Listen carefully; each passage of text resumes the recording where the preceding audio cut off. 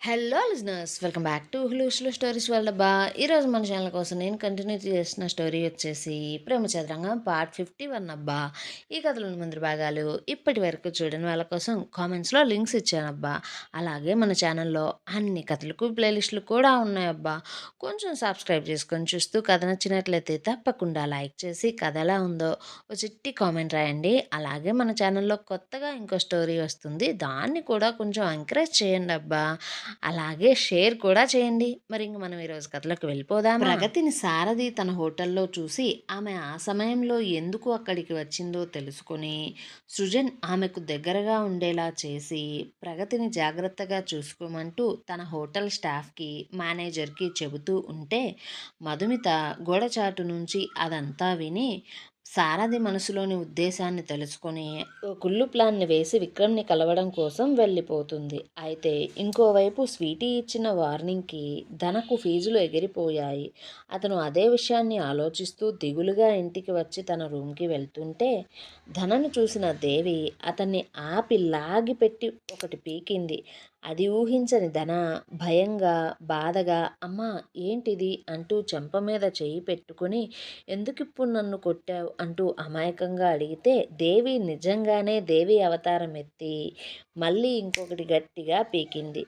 అలా కొట్టి కోపంగా ఎరా నీకు నేను ఎన్నిసార్లు చెప్పినా అసలు బుద్ధి రాదా ఏంట్రా, ఎందుకురా అమ్మాయిలతో తిరిగి ఇలా పరువును బజారుకి ఎక్కిస్తున్నావు, అడ్డమైన వాళ్ళతో నన్ను మాటలు పడేలా చేస్తున్నావు, అంతగా నీకు అమ్మాయిలే కావాలి అంటే నేను చెప్పిన దాన్ని పెళ్లి చేసుకోరా, అప్పుడు నీకు ఇలాంటి కక్కుర్తి తిప్పలు తప్పుతాయి కదా అంటుంటే ధన అమ్మా అసలు నువ్వేమంటున్నావమ్మా, ఎందుకు ఇప్పుడు నువ్వు ఇంతలా నా మీద కోప్పడుతున్నావు అంటున్నా సరే దేవి అతని మాటను ఏమాత్రం వినిపించుకోకుండా తన భర్తను పిలిచి చూడండి, ఇంకో 20 రోజుల్లో వీడికి పెళ్లి చేయాలి అనుకుంటున్నా, మంచి సంబంధం ఉంటే చూడండి, సంబంధం మన స్టేటస్కి కొంచెం కూడా తగ్గకూడదు అంటూ ధన వైపు చూస్తూ చూడరా నువ్విప్పుడు ఎవరో స్వీటీ అనే పిల్లతో తిరుగుతున్నావు కదా, ఆ పిల్ల గాని ఈ సమయంలో నీ పెళ్ళికి అడ్డు తిరిగి గొడవ చేసిందే అనుకో, లేదా దాన్నే చేసుకుంటానని నువ్వు పట్టుకుని ఇంట్లో కూర్చున్నావే అనుకో,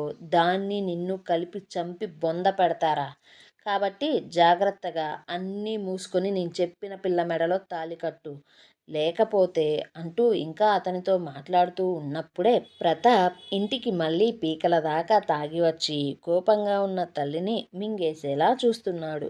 అయితే స్వీటీ విషయం తన తల్లికి ఎలా తెలిసిందో తెలియక అసలు ఈ విషయం ఎంతవరకు తెలిసిందో కూడా అతనికి అర్థం కాగా ధన జుట్టు పీక్కుంటున్నాడు లోపలే. ఇంకోవైపు విల్లాకు చేరుకున్న రామిరెడ్డి నిర్మల యమునను చూసిన గమ్య ఎంతో సంతోషపడుతూ వారికి మర్యాదలు చేసి వారు వచ్చిన విషయం గౌరవ్కి ఫోన్ చేసి చెప్పి వారందరి కోసం వంట సిద్ధం చేయడం కోసం కిచెన్కి వెళ్ళగా ఆ విల్లాకి వాళ్ళు చాలా రోజుల తరువాత రావడం వల్ల రామిరెడ్డి ఆ విల్లా మొత్తాన్ని తిరిగి చూస్తూ ఉంటే అతనితో పాటే మిగిలిన ఇద్దరు కూడా చూస్తున్నారు. చివరికి వారు ముగ్గురు కలిసి గార్డెన్కి చేరుకొని అసలు ఏమని చెప్పి వీళ్ళను ఇంటికి తీసుకొని పోవాలా అని ఆలోచిస్తూ ఒకచోట కూర్చొని దాని గురించే మాట్లాడుకుంటూ ఉన్నారు. ఇంకోవైపు హోటల్లో విక్రమ్ మధుమితను సిమ్ ఇవ్వమంటూ అడగగానే సడన్గా అలా అడగడంతోనే ఆమె నెత్తి మీద ఒక బాంబ్ పడినట్లుగా అయ్యింది. ఆ మాట విని ఒక నిమిషం పాటు ఆమె బుర్ర పనిచేయడం మానేసింది.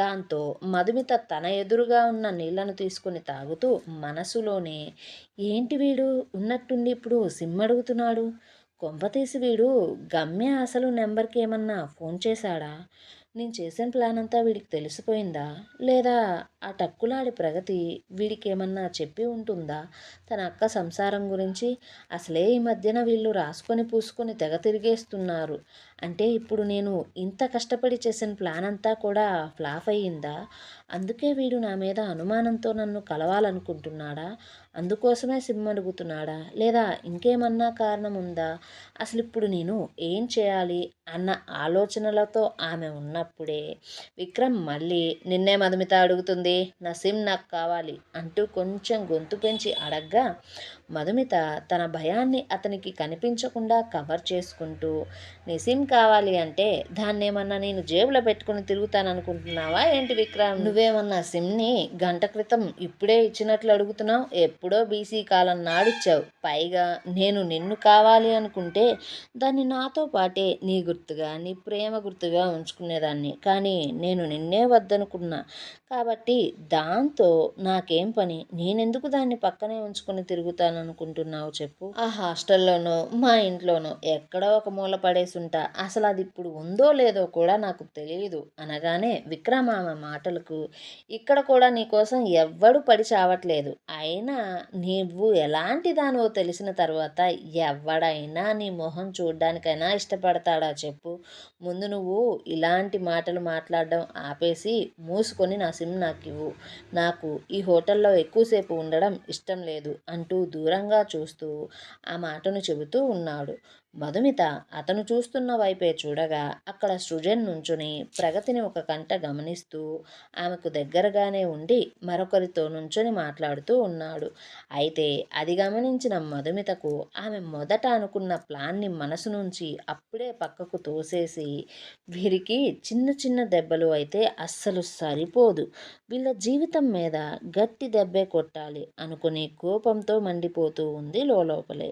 ఆమె దగ్గర ఎక్కువ సమయం లేదు అని తనకు తెలియడంతోనే వేగంగా తన బుర్రకు పని చెబుతూ దూరంగా ఉన్న ప్రగతిని చూస్తుంది. తన దగ్గరికి వస్తున్న కస్టమర్తో నవ్వుతూ మాట్లాడుతూ ఉన్న ప్రగతిని చూడగా ఆమెనే నవ్వుతూ చూస్తున్న సృజన్ ముఖం కనిపించగానే మధుమిత సుజన్ని ఎలానైనా సరే కేసుల ద్వారానైనా సరే భయపెట్టి తనవాడిని చేసుకోవాలి అనుకుంటుంది. కానీ ఆ పనికి ఇప్పుడు ప్రగతి అడ్డొస్తుందని తెలియడంతో ఆమె జీవితం వెంటనే నాశనం చేయాలి అని సుజన్ ఆమెను పెళ్లి చేసుకోకుండా చెయ్యాలి అనుకుంటూ తను ఎంతలా వారందరి వల్ల అవమానాలు పడిందో అలాగే గౌరవ్, విక్రమ్, గమ్య, సుజన్, ప్రగతి వీరందరూ కూడా ఆమెలాగే అవమానాలు పడాలి అనుకుంటూ విక్రమ్ వైపు చూస్తూ, నాకు ఒక 20 నిమిషాలు టైం ఇస్తే నేను హాస్టల్కి వెళ్ళి సిమ్ వెతికి తీసుకుని వస్తా అంటూ చెప్పి వెంటనే బయటికి పోయి తనకు తెలిసిన వారికి ఫోన్ చేసింది. ఇంకోవైపు విల్లాలో గమ్య వంట చేస్తూ కిచెన్లో ఉంటే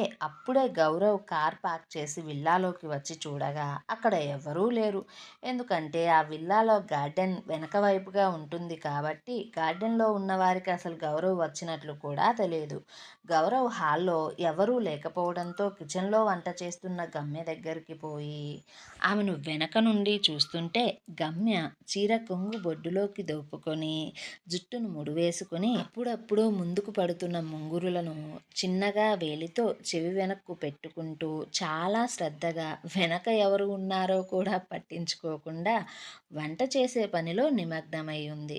ఆమె కూరలు చేయడం అయిపోయి రైస్ కుక్కర్ ఆన్ చేసి తాతయ్య కోసమని జొన్నె రొట్టెలు చేయడానికి అప్పుడే పిండిలో వేడి నీళ్లు పోసి కలపడం కోసం చేతులు పెట్టగానే గౌరవ్ అదే మంచి సమయం అనుకుంటూ క్రితంసారి వారి కిచెన్ రొమాన్స్ని అతను గుర్తు చేసుకునేసరికి మనసులో చిలిపి ఆలోచనలు రాగానే ఈసారి కూడా అలాగే వెనక నుండి ఆమెను అమాంతం కౌగిలించుకొని మెడ మీద చిన్నగా ముద్దు పెట్టుకుంటూ ఉంటే అది ఊహించని గమ్య ముందుగా ఆ పనికి దడుచుకుంటూ థు థు థు దేవుడా అనుకుంటూ చిన్నగా తేరుకొని, గౌరవ్ ఏంటి నీ అల్లరి? ఇంట్లో అత్తయ్య వాళ్ళు ఉన్నారా బాబు, చూస్తే ఏమనుకుంటారు? అస్సలు బాగోదు గౌరవ్, ప్లీజ్ వదులు అంటుంటే గౌరవ్ మాత్రం గమ్య నడుమును చిన్నగా నొక్కి వదులుతూ ఆమె మెడ మీద చెవి మీద మెల్లగా గాలి ఊదుతూ, చూస్తే చూడని నాకేమైంది, నువ్వు నా పెళ్ళానివే కాబట్టి నాకు ఎవ్వరికీ భయపడాల్సిన అవసరమే లేదు. అలాగే మనకు కొత్తగా పెళ్ళయింది కాబట్టి కొంచెం ప్రేమను కూడా ప్రదేశాలతో పని లేకుండా చూపించుకోవడం ఎక్కువగానే ఉంటుంది. ఎప్పుడో పెళ్లి చేసుకున్నోళ్లకు అది బాగా తెలుసులే. కాబట్టి ఏదో వయసులో ఉన్న వాళ్ళు కింద మీద పడుతున్నారులే అనుకుంటూ వాళ్ళే మౌనంగా ఉంటారు. పైగా మా తాత అయితే నాలాగే నా మనవడు కూడా బాగా చిలిపి అనుకుంటూ నవ్వుతాడు తెలుసా అంటూ ఆమెను అతని వైపుకు తిప్పుకుంటూ మత్తుగా ఆమె కళ్ళల్లోకి చూస్తూ గమ్య అంటూ పిలుస్తూ ఉంటే అప్పటికే అప్పటికే గౌరవ్ చేతలకు మాటలకు ఆమె మైనం ముద్దలా కరిగిపోయి అతని పిలుపులకు చిన్నగా మైమరిచిపోతూ హా చెప్పు అనగానే ఆమె అతని వైపుకు తిరగడంతోనే ఆమె పెదవుల దగ్గర చిన్న చిన్న చెమట చుక్కలను చూసిన గౌరవ్ వాటిని మెల్లగా తన చూపుడు వేళ్లతో రాస్తూ గమ్య కింద పెదవిని పట్టుకొని ముందుకు లాగుతూ మరొక చేతితో నడుమును చుట్టేసి గమ్యను అతని మీదకు లాక్కుంటూ ఇష్టంగా ఆమె అదరాలను అందుకున్నాడు. అతను చేసిన పనికి గమ్యకు శరీరంలో ఏదో తెలియని తీయని బాధ మొదలైంది. అతను ఆమె పెదవులను నెమ్మదిగా చుంబిస్తూ నాలుకతో పెదవులను తడిచేస్తూ గమ్యను అతని చేష్టలతో మరింతగా కవ్విస్తూ కళ్ళగరేస్తూ ఆమెనే చూస్తూ ఉంటే ఆమె మాత్రం తన తడిపిండి చేతులతో ఆ సమయంలో ఆ ఇంట్లో పెద్దవారు ఉండడం వల్ల అతన్ని పట్టుకోలేక ఇంకా అతని ప్రేమకు సహకరించలేక ఆమె శరీరం పడుతున్న తీయని బాధను తగ్గించుకోలేక ఉడుక్కుంటూ పెద్దవారు ఎటు నుంచి వచ్చి ఏమనుకుంటారో ఎక్కడ వారి ముందు తన పరువు పోతుందోనని టెన్షన్ పడుతూ బెరుకు బెరుకుగా ఉంటే ఆమె మనసులోని భయాలను చూస్తున్న గౌరవ్ మాత్రం నాకిప్పుడు తెలిసిందే ఇలాంటి సమయంలో రొమాన్స్ చేయడం ఇంత బాగా ఉంటుందని అంటూ ఆమె బుగ్గను గిల్లి కన్ను కొడుతూ మరింతగా ఆమెను ఉడుక్కునేలా చేస్తూ మరోమారు ఆమె అధరాలతో తన అధరాల ఆట మొదలుపెట్టి అతని చేతులతో ఆమె శరీర అందాల మీద శుతిమెత్తని దాడి చేస్తుంటే ఆమె ఇంకా తీయని బాధను సుఖాన్ని భరించలేక అప్పుడే అటుగా వస్తున్న అడుగుల శబ్దానికి తడబడి భయంగా అతని చర్యలను నిలువరించడం కోసం అన్నట్లుగా గౌరవ్ పెదవిని గట్టిగా కొరికింది. దాంతో గౌరవ్ అబ్బా రాక్షసి ఏంటే అంటూ అరుస్తుంటే గమ్మి మాత్రం నాకేమీ తెలియదన్నట్లు మౌనంగా వెనక్కు తిరిగి పిండి కలుపుకుంటూ ఉంది. అప్పుడే నిర్మల వారి అడుగుల చప్పుడు విన్న గౌరవ్ అతనికి వాచిన పెదవిని చూసి ఆ నిమిషంలో ఏం చేయాలో తెలియక ఆమె నడుమును గట్టిగా గిల్లేసి నీ పనిని ఇప్పుడు కాదే రాత్రికి చెప్తా ఇంతకింతకు బదులు తీర్చుకుంటా అనుకుంటూ ఆ పెదవి గాయం నుండి వస్తున్న కొద్దిపాటి రక్తాన్ని తుడుచుకుంటూ తన గాయాన్ని కవర్ చేసుకుంటూ కర్చీఫ్ను అద్దుకుంటూ బయటికి వచ్చాడు.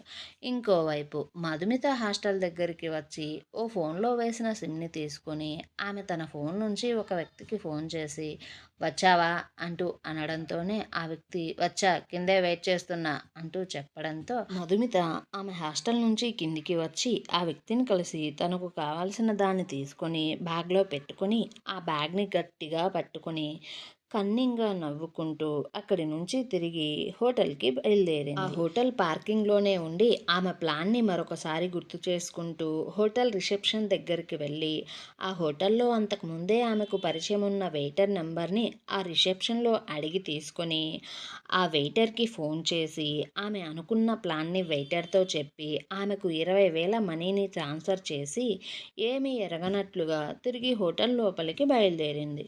ఇంకోవైపు హోటల్లో మధుమిత లేకపోవడంతో విక్రమ్ ప్రగతి దగ్గరకు వెళ్ళిపోయి ఆమెతో మాట్లాడుతూ ఆమె ఫుడ్ స్టాల్ దగ్గర ప్రగతికి సాయం చేస్తూ ఉన్నాడు. అయితే అప్పుడే వచ్చిన సృజన్ అతను ఆ స్టాల్లో ఉండడాన్ని చూసి ప్రగతి దగ్గరకు బయలుదేరాడు. ఏమండోయ్ ఇంత ప్రేమగా ఇక్కడ సంతోషంగా ఉన్న గౌరవ్ను గమ్యను ఇంటికి తీసుకొని వెళ్ళడానికి పెద్దవాళ్ళు ఎలాంటి కారణాన్ని చూపించబోతున్నారు? అక్కడికి వెళ్ళిన తరువాత వీరి జీవితాలలో ఇంత సంతోషం ఉంటుందంటారా? ధన స్వీటీ విషయంలో ఇప్పుడు ఎలాంటి నిర్ణయం తీసుకోబోతున్నాడు? తను నిజంగానే తను తెలియజెప్పినట్టు పెళ్లి చేసుకుంటాడా? అసలు ఇంతకు మధుమిత వేసిన ప్లాన్ ఏంటి? ఒక్క ప్లాన్ వల్ల వీరందరి జీవితాలు తలకిందులుగా ఎలా మారబోతున్నాయి? అసలు ఇంతకీ ధన గురించి గౌరవ్కి నిజం తెలుస్తుందంటారా? ప్రతాప్ జ్యోతికి విడాకులు ఇవ్వడానికి ఒప్పుకుంటాడా? ఈ ప్రశ్నలన్నిటికీ సమాధానం కావాలంటే మన ఛానల్ని సబ్స్క్రైబ్ చేయండి, వీడియోని లైక్ చేయండి. కథాకథనం ఎలా ఉందో ఒక బుల్లి కామెంట్ చేసి చెప్పండి అబ్బా కొంచెం.